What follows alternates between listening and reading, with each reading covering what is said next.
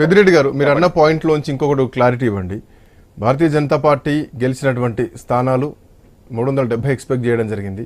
But మీరు గెలిచిన స్థానాలు మాత్రం ఇంకొక ఆల్మోస్ట్ 100 తక్కువనే ఉన్నాయి. 240 స్థానాలు గెలవడం జరిగింది ఓన్లీ పార్టీ పరంగా. కాంగ్రెస్ పార్టీ పరంగా చూసుకుంటే 40 స్థానాల్లో కనీసం లోక్సభ పక్ష నేతగా కూడా ఎన్నుకోలేనటువంటి పరిస్థితి నుంచి ఈరోజు 99 స్థానాలు ఇంకొకటి ఇండిపెండెంట్ కలిసినట్టున్నారు. 100 స్థానాలకు చేరుకున్నారు. కూటమి బలంగా తయారవుతోంది. 10 ఏళ్ల పాలనలో భారతీయ జనతా పార్టీకి కొంత వ్యతిరేకత పెరిగింది. ఈ 10 ఏళ్ల పాలనలో కాంగ్రెస్ పార్టీకి బలం పెరిగింది. మీరు ఒకసారి అనలైజ్ చేసుకుంటే 2004 నుంచి 2014 వరకు కాంగ్రెస్ కూటమి దేశాన్ని పరిపాలించారు. వారు 210 స్థానాలు ఎన్నో కాంగ్రెస్ పార్టీకి ఒంటరిగా 210 స్థానాలు ఎంతో ఉన్నాయి 2004లో మొదలు పెట్టినప్పుడు. కానీ వారు 2014కు వచ్చేసరికి ఎక్కడ పడ్డారంటే 10 ఏళ్ల తర్వాత పడింది 42 స్థానాలు పడిపోయారు. కనీసం ప్రధాన ప్రతిపక్ష హోదా కూడా రాలేదు వాళ్ళు.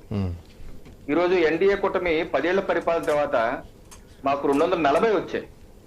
మీరు ఒకసారి గుర్తు చేసుకుంటే ఎల్ఎస్ చేసుకుంటే గడిచిన భారతదేశ చరిత్రలో గడిచిన 35 సంవత్సరాలుగా ఒక సింగిల్ పార్టీకి 240 స్థానాలు వచ్చిన పార్టీ వేరే లేదు. మాకే వచ్చాయి 303 వచ్చాయి, 282 వచ్చాయి, ఆ తర్వాత 240 మేమే ఉన్నాం రికార్డు. మా దరిదాపుల్లో కూడా ఎవరు లేరు. సింగిల్ పార్టీ ఎవరికి 240 స్థానాలు రాలేదు.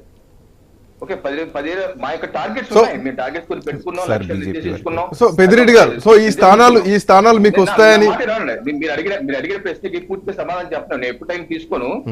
నేను ఏంటంటే ఈ రోజు కాంగ్రెస్ పార్టీ 2014, 19 ఈ 99 ఇంకా 100 కూడా రీచ్ కాలేదు. అసలు 100 కూడా టచ్ కాలేదు వాళ్ళు. మీరు 100 అంటున్నారు. కాంగ్రెస్ పార్టీ 99కి అయిపోయింది. 99 ఇండిపెండెంట్ వినిపిస్తోంది. 300 దగ్గరగా 330 స్థానాలు పోటీ చేసిన పార్టీకి 100 కూడా టచ్ కాలేదు. ఈ 2014, 19, 24 యాడ్ చేసుకుంటే కనీసం 200 కూడా లేవు. దేశ ప్రజలు ఎన్డీఏ కూటమికి పర్ఫెక్ట్ మ్యాండేట్ ఇచ్చారు. 293 మ్యాండేట్ ఇచ్చారు. ఆడు కొన్ని పార్టీలు ఇంకా యాడ్ అయినాయి. ఇప్పుడు 300 దాటినట్టు రవికిరణ్ గారు 1 సెకండ్. సో ప్రజల మ్యాండేట్ 293 స్పష్టంగా ఇచ్చారు మాకు. సో ఎక్కడ ఇది భారతదేశ చరిత్రలో 62 సంవత్సరాల చరిత్రలో ఎప్పుడు జరగలేదు. ఇది ఒక పార్టీ, ఒక నాయకుడు, ఒక కూటమి 2 సార్లు ఫుల్ టైం ప్రధానమంత్రి చేసి 3వ సారి ప్రధానమంత్రి చేయడం ఒక చరిత్ర ఇది.